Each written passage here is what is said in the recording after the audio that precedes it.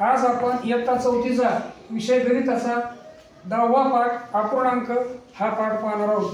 तत्पूर्वी म्हणजे त्याच्यापूर्वी आपण अपूर्णांक या शब्दाचा अर्थ आपल्याला येतो का हे पाहावं लागेल. येतो कोणाला? नाही. आता मी अगोदर पूर्णांक सांगतो. पूर्णांक पहा, पूर्णांक हा शब्द कसा तयार झाला? पूर्णांक हा शब्द पूर्ण अधिक अंक या संधी विग्रहापासून संधी झाली. आता संधी आणि विग्रह हे तुम्हाला आताच कळणार नाही, हे 7वी 8वीला आहे. म्हणून तुम्हाला काय सांगतो, पूर्ण एक शब्द आणि अंक या दोन शब्दापासून पूर्णांक हा शब्द तयार झाला. पूर्ण म्हणजे काय? जो अपूर्ण नाही असा पूर्ण. म्हणजे आता एखादी गोष्ट आहे 1 2 हे काय आहे? 1 हा पूर्णांक आहे, 2 हा पूर्णांक आहे. पूर्ण अंक म्हणजे काय? जो पूर्ण आहे, परिपूर्ण आहे, जो अर्धा नाही, पाव नाही, पाऊण नाही, चक्कोर नाही, त्याचे तुकडे पण नाही, जो संबंध एक आहे असा पूर्ण अंक. पूर्ण आणि अंक म्हणजे अंकात आपल्याला माहिती आहे 1 2 3 4 हे अंक आहेत. म्हणजे पूर्ण जो अंक आहे त्याला आपण पूर्णांक म्हणतो. पूर्णांकाचं उदाहरण आपण असं घेऊ शकतो 1 2 3 4 5 लाख, कोटी, अब्ज, दशाब्ज, खर्व आणि खर्वपर्यंत असा पूर्ण अंक जर असला त्याला आपण पूर्णांक म्हणतो. आता अपूर्णांक शब्द अपूर्णांक या शब्दाचा अर्थ काय आहे आपल्याला अगोदर पहा. अपूर्ण, अपूर्ण अधिक अंक.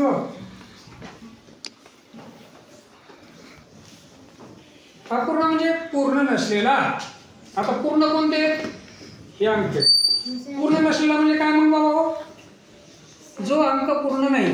1 हा पूर्ण अंक आहे, पूर्ण अंक आहे. मग अर्धा हे पूर्ण आहे का? नाही. अर्धा आपण काय करू? अर्धा. आपण चतकोर म्हणतो का? चतकोर म्हणतो, पण त्याला आपण पाव हा शब्द आहे. नंतर 3 चतकोर असले तर आपण काय म्हणतो? पाऊण. बरोबर आहे. आता हे झाले अपूर्णांक. कसे? अर्धाला 2 पैकी 1 भाग म्हणजे अर्धा. पाव म्हणजे काय? 4 पैकी 1 भाग. आणि पाऊण म्हणजे 4 पैकी 3. बरोबर आहे. आणि पूर्ण म्हणजे 1 म्हणजे काय? 4 पैकी 4 म्हणजे बरोबर 1 हा झाला पूर्णांक. हे अपूर्ण आहे. बरोबर आहे का? आता लक्षात घ्या, मी तुम्हाला एक उदाहरण देतो. अर्धा कशाला म्हणायचं? समजा 1 भाकर आहे. एक भाकर आहे, ती त्यातली अर्धी भाकर एक जणांना द्यायची. बरोबर आहे. अर्धी 1 भाकर आहे, त्यातली अर्धी एक जणांना द्यायची. म्हणजे इथे झाले ही एक अर्धी आणि ही एक अर्धी. बरोबर आहे. एका भाकरीचे 2 भाग झाले. मग 2 भागापैकी 1 भाग म्हणजे झाला अर्धा. बरोबर. आता 1 भाकर आहे, त्यातला त्याचे 4 भाग केले. चतकोर चतकोर चतकोर चतकोर यालाच आपण काय म्हणतो? पाव. म्हणजे काय झालं आता हे?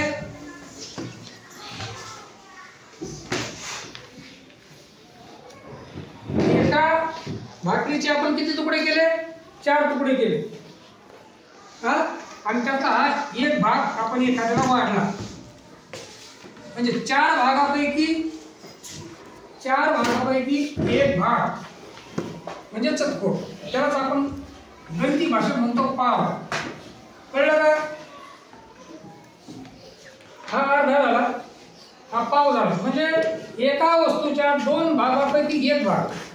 भाकरीचे 2 तुकडे केले, त्यातला चतकोर 1 अर्धा भाग आपण दिला आणि अर्धा राहिला. म्हणजे अर्ध्या भागाला काय म्हणायचं 2 पैकी 1 भाग त्याला म्हणायचं अर्धा, पाव म्हणायचं 4 पैकी 1 भाग पाव. आणि असं ध्यानात घ्या की आपल्याकडं हे 4 भाग केलेले आहेत, त्याच्यापैकी हे 3 भाग माझ्याजवळ उरले, दिले 4 पैकी 1 भागाने पाव दिला आणि माझ्याकडे उरले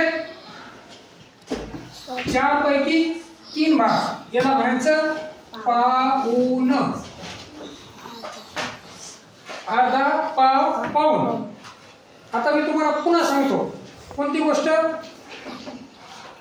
की कोणतीही वस्तू, कोणतीही गोष्ट जी पूर्ण आहे तिला म्हणजे अंक आहे त्याला पूर्णांक म्हणायचं.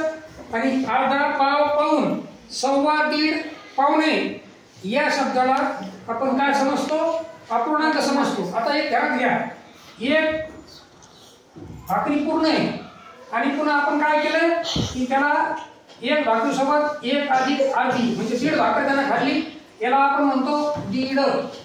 काय म्हणतो? दीड. आता पहा, 1 भाकर आहे आणि तिच्यासोबत आपण त्याला पुन्हा चतकोर भाकर वाढली, मग हे काय झालं सव्वा. 1 आणि पाऊण म्हणजे त्याला म्हणायचं सव्वा. आणि आपण एखाद्याला 1 भाकर आणि 3 पोळा म्हणजे 4 पैकी 3 भाग म्हणजे त्याला म्हणायचं पावणे 2. पावणे 2.